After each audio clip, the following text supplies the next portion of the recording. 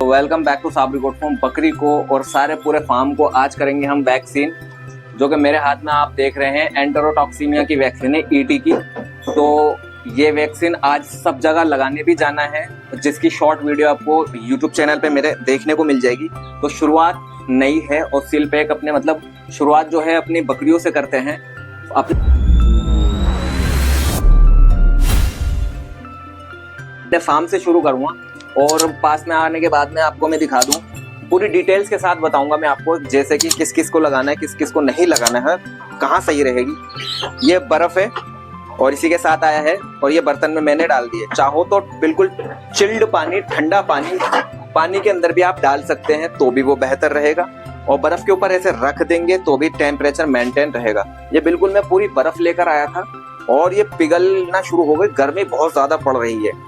तो देखिए, ये एंटेरोटॉक्सीमिया पहले लगाने से पहले इसके बारे में बात कर लेते हैं, उसके बाद में इसे लगाने का तरीका बताएंगे और किन जानवरों को लगाना है वो बताएंगे, किन को नहीं लगाना वो बताएंगे। सबसे पहले बात करते हैं सिंपल सी भाषा में कि जो जानवर ज्यादा खा लेता है, ज्यादा खा लेने के बाद में फिर वो बकरे का पेट फूल जाता है या बकरी का पेट फूल जाता है और फिर वो इतनी चीखें मारता है, 10 चीखें या 5 चीखें, चीखें मार के बहुत ही जल्दी समय नहीं मिलेगा इस बीमारी के अंदर इलाज करने का, और फिर वो जानवर आपका तड़प के, चीख के, पेट फूल के वहीं मर जाएगा। ऐसा आपके साथ भी हुआ होगा कि सुबह को आपने जानवर देखा होगा मरा पड़ा मिला होगा, जैसा कि अभी हाल ही में मेरा एक जानवर यहाँ मुझे मरा पड़ा मिला था, जो मेरा एक बड़ा बड़ा सफेद बकरा था, उसका भी पेट फूला हुआ था। तो ये बीमारियों के लक्षण जो होते हैं ये पता नहीं चलते कि क्या हो गया और अचानक ये जानवर मर जाता है। तो देखिए, पेट फूल के मर जाएगा और इसमें आपको इलाज का भी टाइम नहीं मिलेगा। ये ऐसा होता है कि जैसे कि वैक्सीन जो होती है ये पहले से की गई तैयारी होती है, ये पहले से की गई तैयारी की दवाई होती है। अगर ये आपने लगा दी तो ये फिर आपको कोई टेंशन नहीं है और फिर जानवर आपका सेफ रहेगा। अगर ये नहीं लगाई, फिर कंडीशन में आ गया जानवर, बीमारी में आ गया। कुछ जानवर होते हैं जैसे एफएमडी और एंटेरोटॉक्सीमिया या टीटनस, इनके कहीं हद तक इलाज हो जाते हैं।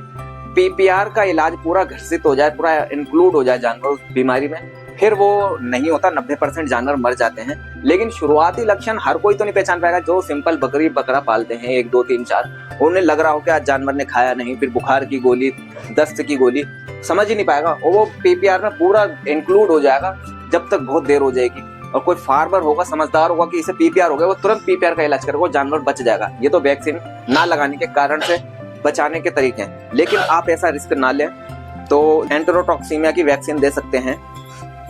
ठीक है, ईटी की एक वैक्सीन है एंटेरोटॉक्सीमिया। ठीक है, तो ये आंतों में बनने वाला जहर, ठीक है, फड़किया बीमारी भी बोलते हैं इसको हिंदी भाषा में, एंटेरोटॉक्सीमिया इंग्लिश में बोलते हैं। ठीक है, तो इसमें जानवर तड़प तड़प के चीख चीख के मर जाता है। ये हो गई, मैंने बहुत मोटी मोटी बात बता दी। अब मैं इसकी पूरी डिटेल्स में आपको गहराइयों में जाकर के बताऊं वो कोई फायदा नहीं, कोई इतना बता दिया, पेट फूल के जानवर मर जाएगा, चीख मार के मर जाएगा और सडनली मरेगा, पता भी नहीं चलेगा, जैसा मेरा जानवर मर गया। लगाने का तरीका जो है, 2 ml सब कट लगेगा, चमड़ी में नहीं, चमड़ी में लगेगा, मांस में नहीं लगेगा। चमड़ी की 3 परतें होती हैं, उसमें भी आपको गलती से नहीं लगाना वरना ये गांठ कर देगा। और दूसरी बात, एक तरीका है, आप 3 महीने के बच्चे को या उससे ऊपर को, 3 महीने का बच्चा हो या उससे ऊपर हो, उसको लगाई जा सकती है। और अगर जैसे बकरी प्रेग्नेंट हो, जैसे कि ये अभी बात करते हैं इस बर्बरी बकरी की, तो नीचे से दिखाओ, ये हमारी बकरी है, अभी हमने हाल ही में क्रॉस करवाया है इस बकरी को। तो ये बकरी है, प्रेग्नेंट है और इसको 8 तारीख को क्रॉस करवाया था, 8 मई को, इसी महीने की 8 मई को इसे क्रॉस करवाया है और ये कंसीव कर चुकी है अल्लाह। तो लेकिन मसला ये है, अभी ये मेरे ख्याल से ये पूरी 22 दिन की गाभिन है। ठीक है, बकरा ईद है जून की, 7 जून, और 8 जून को ये 1 महीने की प्रेग्नेंट हो जाएगी। हम कर रहे हैं वैक्सीन, तो अभी ये 22 दिन की प्रेग्नेंट है, हमें पूरे 1 महीने इसको वैक्सीन, कोई सी भी वैक्सीन नहीं देनी, कोई सी भी वैक्सीन, विड्रॉल रखना है इसका, बिल्कुल दूर रखना है वैक्सीनों से, कोई दिक्कत नहीं है। इसका खान पान अच्छा करें, सेहत का ख्याल रखें तो बीमार नहीं पड़ेगी। पहली चीज हो गई, ठीक है ना। तो एक चीज हो गई, पहले महीने की प्रेग्नेंट बकरी जो चल रही हो पहले महीने में, उसको नहीं लगानी, पहले के बाद में लगा देनी उसको वैक्सीन। ठीक है ना। अब बात करते हैं दूसरी बकरी की, जैसे कि ये, ठीक है, इस बकरी की तो इस बकरी की वैक्सीन मैं ये वीडियो में दिखाना नहीं चाह रहा था, लेकिन वैक्सीन का मसला आ गया तो मैं दिखाना पड़ रही है। हालांकि कुछ वीडियोस की यूट्यूब पे अपलोड है जो कि 2-2.5 महीने बाद पोस्ट होंगी। इसकी प्रेगनेंसी से रिलेटेड, ये कितने महीने की प्रेग्नेंट है, कैसे पहचाने प्रेग्नेंट बकरी, वो 2.5 महीने बाद मेरी वीडियो तकरीबन आएंगी सारी, वो यूट्यूब पे अपलोड हो गई शूट होकर के, ठीक है ना। लेकिन मसला ये है, अब मुझे वैक्सीन के चक्कर में इस बकरी को शो करना पड़ रहा है, तो मैं आपको ये बकरी दिखा देता हूँ, वरना मेरा इरादा नहीं था ये बिल्कुल दिखाने का। तो ये बकरी तकरीबन ये 3 महीने की प्रेग्नेंट है। इस बकरी को हम वैक्सीन दे सकते हैं। अगर ये बकरी 5वां महीना चल रहा होता तो इसको ये नहीं लगाई जाती। यही नहीं, कोई सी भी वैक्सीन इसको नहीं लगाई जाती। 2 कंडीशन होती है, पहले महीने की पीरियड के अंदर नहीं लगा, यानी वो 5वां चल रहा हो, 5वें महीने की पीरियड में ये वैक्सीन नहीं लगाई जाती है, इनको छोड़ के रखा जाता है। अब जैसे ये बच्चा है, ये 3 महीना क्रॉस कर चुका है, इसको हम एक वैक्सीन लगाएंगे। और एक ये पटिया है, ये 3 महीने के लगभग में है आसपास, ये प्लस कर चुकी है वैसे तो, एक इसको वैक्सीन लगाएंगे। और ये इसको नहीं लगाएंगे, प्रेग्नेंट है, पहले महीने में भी नहीं क्रॉस कंप्लीट कर पाई है, क्रॉस नहीं कर पाई। और एक ये बकरी है और 3 महीना 3.5 महीने के लगभग में, 4 की भी होती कोई प्रॉब्लम नहीं है, तो हम इसको प्रेग्नेंट बकरी है तो एक इसको वैक्सीन लगाएंगे। तो वैक्सीन के ट्रिक मैंने आपको बता दी है, किस तरह से क्या कैसे लगना है। तो लगाने का तरीका जो है, आपको 22 नंबर की निडल लेनी है, ठीक है। तो 22 नंबर की निडल जब आप ले लेंगे तो मोटी निडल लेंगे वो बेहतर रहेगा, क्योंकि वैक्सीन हल्की सी गाढ़े फॉर्म में होती है। बिल्कुल न्यू सिरिंज लेना है, मैं बिल्कुल पैकेट न्यू निकाल के आया हूँ। 2 ml का सिरिंज है। ज़्यादा बकरियाँ हो 20, 25, 30, 50 तो आप बड़े से बड़ा सिरिंज जैसे कि 5 ml ले सकते हैं, उसमें 2-2 करके आप ज़्यादा बकरियों को निपटा सकते हैं। निडल चेंज करते हुए चलें। वैसे तो मैं सजेस्ट करूँगा सिरिंज निडल अपनी बदल के चलो, मैं ये नहीं कहता कि आप एक ही में सबको लपेटो, ठीक है। तो वैक्सीन को, कोई सी भी वैक्सीन हो, हल्का सा जो है ऐसे करेंगे ताकि इसके नीचे थोड़े पार्टिकल होते हैं गाढ़े गाढ़े, तो ऐसे करने के बाद में कूल मेंटेन टेम्परेचर रखना है सील खोलने के बाद।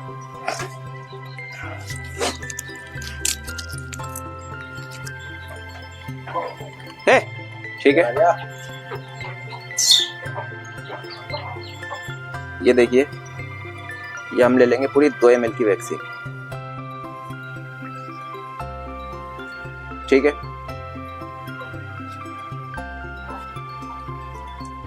ये आ गई हमारी पूरी। अबे कागज वागज सब खा जाते हैं ये, ठीक है।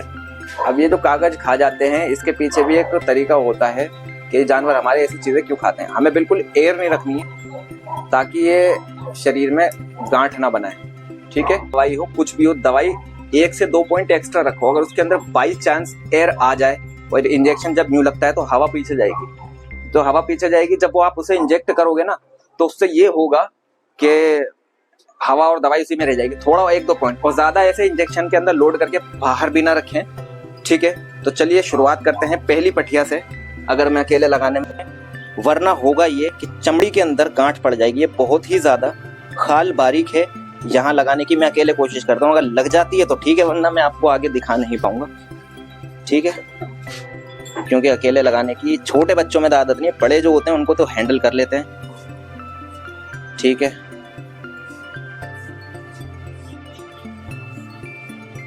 तो ये मैंने इंजेक्ट कर दिया और ये गई वैक्सीन, थोड़ी मैंने दवाई भी छोड़ दी, ठीक है। अब देखिए मैंने मुंह इसको रब किया ताकि इसके सुई गया हुआ छेद बंद हो जाए, और इसको हल्के हल्के रब कर दूं, तो ये हो गई हमारी कंप्लीट वैक्सीन, ठीक है जी।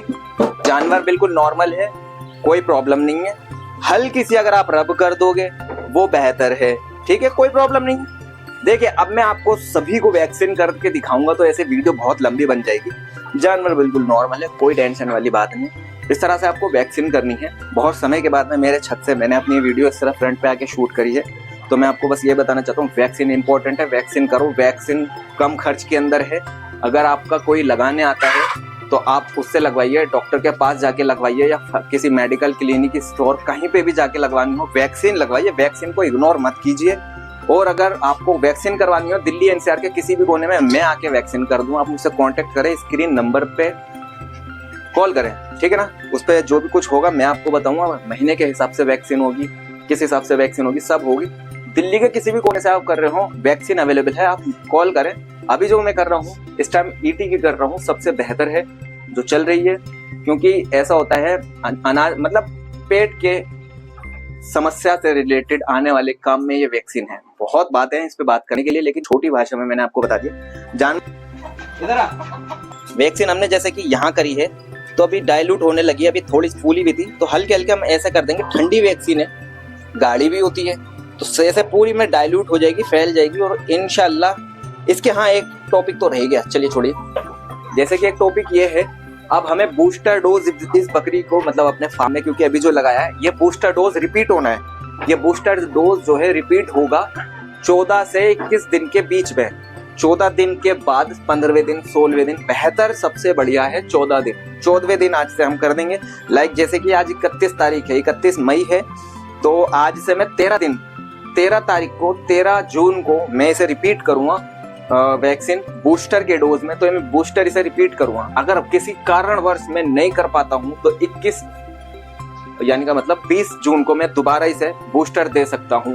इससे 6 महीने की बिल्कुल टेंशन फ्री है, कोई समस्या वाली बात नहीं।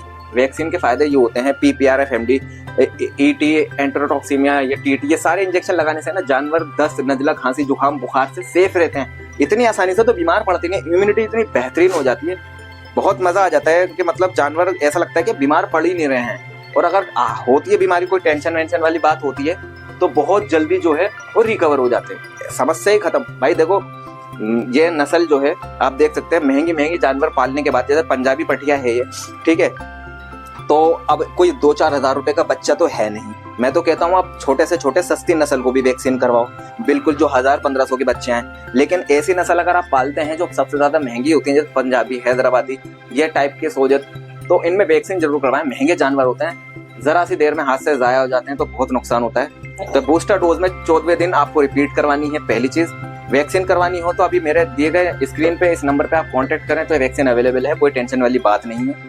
और भी समस्याओं से रिलेटेड आप मुझसे इमरजेंसी के तौर पे कॉल पे बात कर सकते हैं, या अगर आपको और कोई नॉर्मल टॉपिक है तो आप मुझे सिर्फ व्हाट्सएप पे रिकॉर्डिंग डालें और अपनी समस्या की वीडियो बना के भेजें बस, ठीक है ना। आज की वीडियो वैक्सीन से रिलेटेड कैसी लगी मुझे जरूर बताएं, और लाइक, कमेंट, शेयर करें और कमेंट में जरूर करें।